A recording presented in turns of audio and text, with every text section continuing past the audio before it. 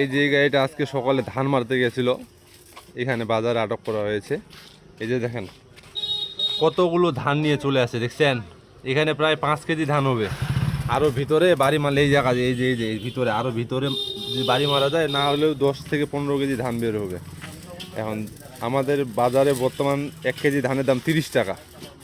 এখন 10 কেজি ধান প্রায় 300 টাকা হয়ে যাচ্ছে। এই যে দেখেন পাশাপাশি এই যে ড্রেন দেখছেন, এই যে ড্রেনের মধ্যে অনেক ধান আছে।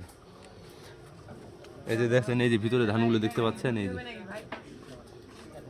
ঠিক করে ভিডিওতে দেখা যাচ্ছে না, প্রায় 15 থেকে 20 কেজি ধান যদি এরা এইভাবে চুরি করে নিয়ে আসে, সাথে দেখেন একটা এই যে খেরের বোঝা নিয়ে আসছে। ধানগুলো কি আপনার মারছিল?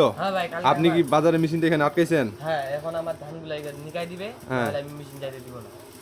তো সমস্যা এই যে সমাধান হয়ে যাবে। আপনি যে ধানগুলো মারছেন, আপনি টাকা দিবেন না? 20 কেজি ধানের দাম মনে করেন 600 টাকা। 600 টাকা, 600 টাকা। হ্যাঁ 600 টাকা, আর বিঘা মারে 1200 টাকা, 1100 টাকা। আপনি এক কাজ করেন, আপনি এই যে মেশিনটা ছাড়ে দেন, আর টাকা পয়সা দেওয়ার দরকার নেই, ঠিক আছে?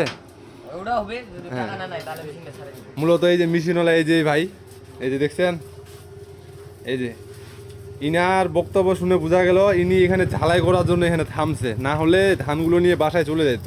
এই যে দেখছেন, এই যে ঝালাই করতেছে, ঝালাই করার জন্য মূলত এখানে ব্রেক দিছে, এই জন্য ধরা পড়েছে। আর ঝালাই যদি না করতো তাহলে মনে করে চলে যেত। এই যে দেখছেন, চোরের মুখে আবার কি হাসি, শালা চোর। 2 বস্তা ধান হয়েছে।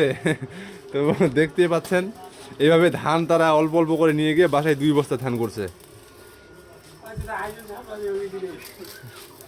মূলত ধান মারতে গেলে কোথাও সাবধানে থাকবেন, ভালো করে মেশিন চারপাশ দিয়ে চেক করে নেবেন যে ধান টান আছে নাকি।